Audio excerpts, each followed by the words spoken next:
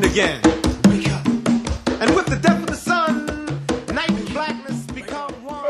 God is working with my circumstances. Cancer ain't good, and racism and so-called white supremacy is not good. But Paul is not saying all things are good. But when we consider God's influence and our involvement in our service, our ancestors were given slavery, but God gave us Nat Turner, Sojourner Truth of Denmark, BC. They were given Jim and Jack Crow, but God gave Martin, Malcolm, and Medgar. Any individual circumstance together with God's influence can be all good. And I can push it just a little bit further. I was a black qualified queen, a diversity candidate. It ain't good. They say that people at the border are taking black jobs, and that ain't good. They turn a deaf eye and an ear to the transgenerational trauma that's triggered by white supremacy, triggered by racism, triggered by oppression. That is all there in the design of too many institutions and corporations and even the nation that we live in, and by itself, it ain't good. It's not good that they made our ancestors watch silently when our women were raped and families were torn apart and resistors were burned and hung. Our silence, brothers and sisters, alone, it ain't good. But it ain't no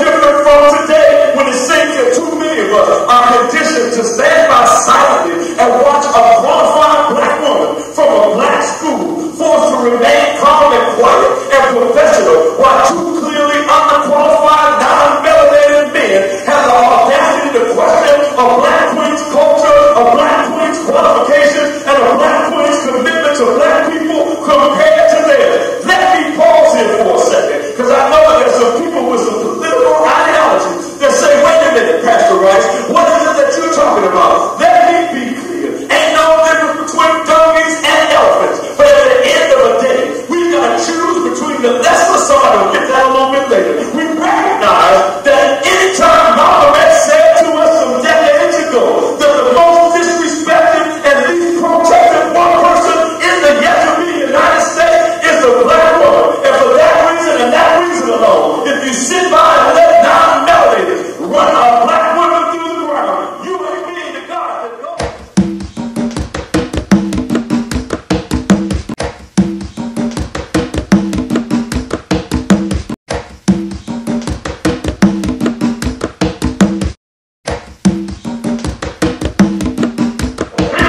Because if you get free, Lord, have mercy. We can't do that, brothers. Yes, sir.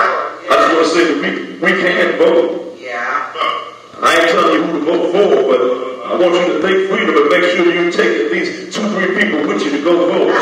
So we can at least get closer to the promise that since we're talking about black law, that's why I want to suggest and I came to encourage that we consider using our gifts to create a maroon community. Maybe some folks still are thinking, what is he talking about these maroon situations? But for those who might not know, maroons, Brother Joshua, maroons were our ancestors who refused to be enslaved. Maroons were folk who in fact escaped slavery, and they created free and completely self-sufficient communities in the swamps of Florida and North and South Carolina, and even right here in Georgia. They created areas that white folk were afraid to go in because it was for them and by them, and they wasn't playing before they came into them. Somebody will hear what it is. They did the same thing in the hills and the mountains of Jamaica and the Caribbean islands and what we now call South